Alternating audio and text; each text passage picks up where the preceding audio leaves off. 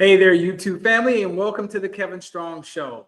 Can we save the middle class? For some of us, it's a possibility. For others, who knows?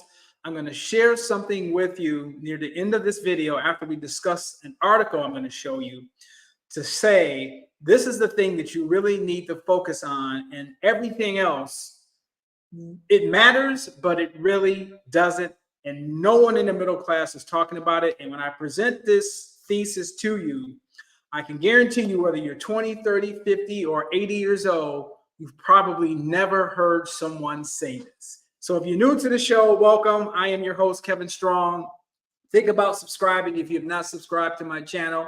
And if you are enjoying my content and my videos as I release them weekly, please do me the honor by smashing the like button and making a comment. So we all know that the middle class is under attack. Inflation is a form of taxation. Shrinkage in the grocery stores. For most of us, when you set aside our mortgage payment or our rent payment, our food bill is probably our second or third biggest expense that we have on a monthly basis. Anyone that goes to the grocery store within the last couple of years have seen prices continue to go up, up, and up.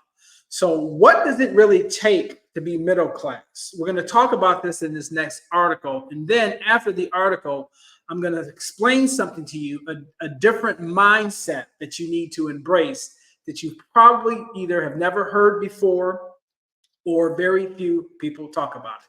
So let's go over here and slide over to this article that basically talks about the middle class. And we're going to start off with large U.S. cities and talk about some state level stuff. And then I'm going to scroll down on the article and then look at what the medium income is for the top 10 or 15 states in order to be considered middle class. So as you can see here, this first bullet point talks about in large U.S. cities, middle class income averages between $52,000 and $155,000. That's a very, very, very wide gap. The median household income across all 345 cities is about $77,000, which is roughly about $35 an hour, making middle class income limits fall between here. So once again, depending upon where you live at and what part of the country, there could be large discrepancies in terms of what's comfortable and what's expensive. Anyone who lives in the state of Washington on the western side, basically Seattle on down, knows that it's very, very expensive on average to live here. On the state level, it takes the most money to be middle class in New Jersey.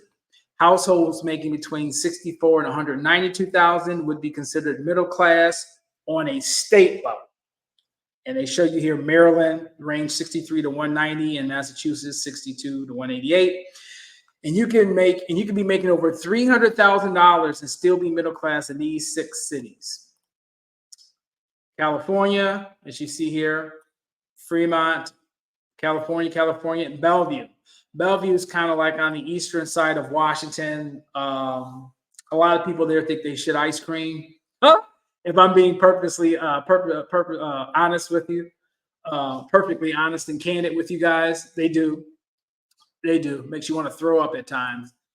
And this place, Highlands Ranch, Colorado. Never heard of that. $304,000 also have the top earning middle class thresholds. New York City middle class doesn't earn much compared to the cost of living.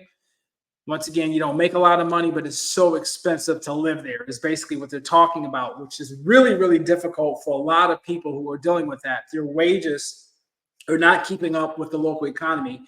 And I know most of you might say, hey, Kevin, that's the case everywhere. But places like New York, it's really, really, really bad. It's even worse. And ironically, in Detroit, it takes less than $25,000 to be considered middle class in Detroit, if you can dodge the bullets. So the Motor City has the lowest median income, $36,000. The upper is $72,000, and Mississippi has the lowest earning middle class at the state level, $35,000 and $105,000. And then they have the rest here: West Virginia, $36,000 to $108,000, and Louisiana, $36,000 to $110,000. So middle class income ranges in U.S. cities. So this is a chart.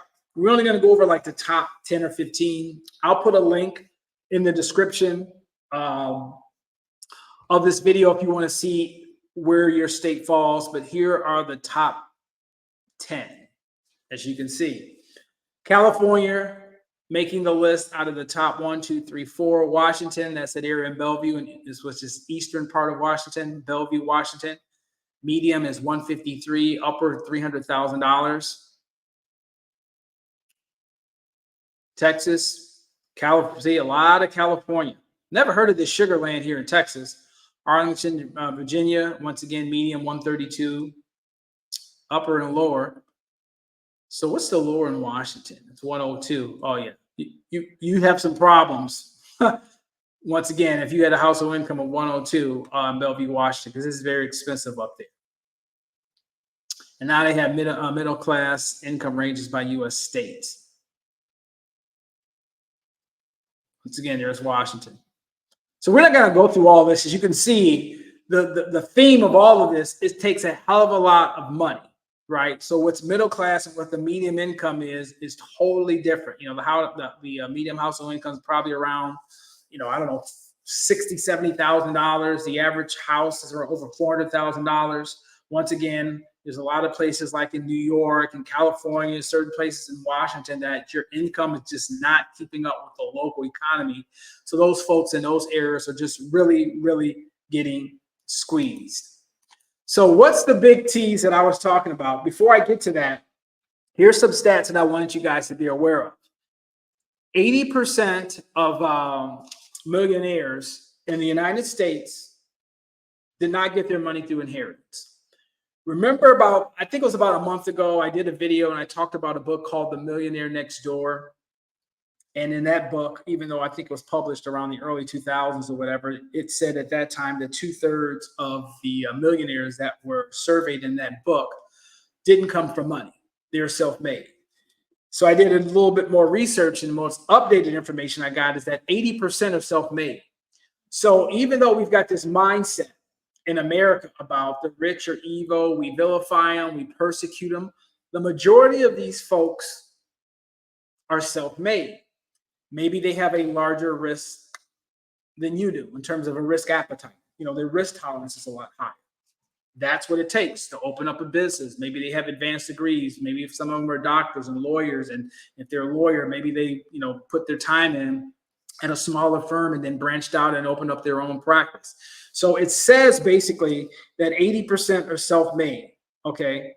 21% or roughly the other 20% comes from inheritance. So there's something to be said about sweat equity. But for some reason in society, we vilify it. And I don't know if that's just a self-examination thing that we say, hey, this person was able to do it, but I wasn't. So it's just easy for me to just throw shade at that person instead of accepting personal accountability. Okay, finally, here is what the mindset I think it takes in order to get out of this middle class lifestyle. And I don't think it's a healthy one to think the way we do right now, because all of this information I gave you in these videos, ladies and gentlemen, talked about income. As you can see here, I didn't say anything about it. At the bottom of my screen, it says stop focusing on income. When is, and here's the punchline, when is the last time, if ever, someone has come to you either bragging about or talking about how much money they're going to save? This is what I mean. I'm not talking about vacations. I'm not talking about saving up for a down payment for a home. I'm talking about using it as a benchmark to springboard forward to create wealth. So let me give you a little bit more context around that. A lot of us will say, hey man, in 2023, I made, for example, not me personally, I'm just giving you this example, $100,000.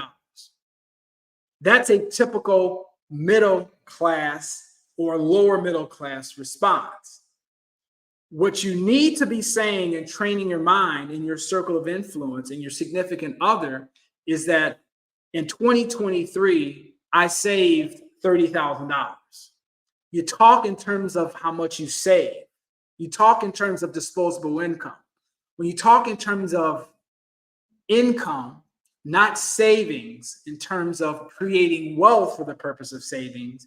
That's the mindset difference from my research of someone who's either poor or middle class that can break out of those two and get to the upper class, focusing on savings. Because once you save, then you can accumulate assets. Once you can accumulate assets, then you can begin to accumulate wealth. Once again, I'm setting aside saving a down payment for a home or for a college fund or for a trip or something of that nature. Because the wealthy do what? Focus on reducing taxes and creating wealth. And both of those mechanisms are byproducts of having disposable income. That's the only way you can do it. So I know it sounds like it's kind of like a semantic game, but I'm telling you from personal experience, I'm not rich or anything, but I'm definitely not poor. I consider myself probably close to upper middle class because I don't have any debt. I have a nice income, but I don't have any debt. But setting that aside is that when I train my mind to do that, that's when things really became to make a lot of sense to me. So think about it. Because we've been brainwashed to focus on income. Because when you focus on income, then a lot of times in the middle class and in the lower class mindset, you attach certain things to that. If I could just make more money, I can buy a car, which is a liability. If I can make more money, I can take more vacations. I'm not saying you should take a vacation, but that's not accumulating wealth. I need to make more money so I can save, so I can invest, maybe so I can buy real estate, so I can accumulate assets and become more wealthy. And the only way you do that is that the foundation of all of that starts with disposable income. So the focus should not be on income because as I've said before, you don't know what the average person has from a debt standpoint. Somebody can make $250,000 a year and not have the ability to save $5,000 because they've got to service so much quote unquote debt. The 2 or 3 expensive cars, the boats, the vacations, the membership at the golf club, and all this at the golf membership, all of this stuff that doesn't translate into preserving wealth and reducing your taxes. So I think in essence, or in summary, if you start to think that way, because we're so comfortable saying, I made $100,000 last year. But what does that mean? Just think about the typical mindset. And I know even rich people talk about that, but behind the scenes, once again, not to sound like a broken record, they're focusing on how to reduce my taxes and how to accumulate wealth. And they fundamentally understand that the way you achieve those two things is from disposable income. I used to say a long time ago, there's no such thing as a luxury. That's a sucker's game. Middle class people in the lower class look at things as luxuries. You either can afford something or you can't. But after you have that $150,000 car and you've had it for 3 months, the novelty wears off. Even if you have a $50,000 car, after you've had that for a couple months, the novelty wears off. But preservation of wealth and reducing your taxes and staying ahead of inflation is something that can really put you at a sweet spot and also put you in a position to pass on something to your children if you have it. So kind of a different show. Just want to give you guys something different to think about. Sorry about going off on the rant. I do not have, or I'm not making any type of recommendations for stocks next week. The market has been very, very choppy. I am in Ford. I do have some options in Ford, and I think I have a small position in SVIX, which is basically, I'm hoping that the volatility in the stock market comes down a little bit. And I'll probably get out of that on Monday, but I don't really have anything that I can say with conviction. It's just a little choppy right now. So I'm on the sideline with cash. So I hope you enjoyed this edition of the Kevin Strong Show. Once again, if you have not subscribed, please consider hitting that subscribe button, hit the like button, and leave a comment. Thank you for your time, ladies and gents, and I will see you in the next video.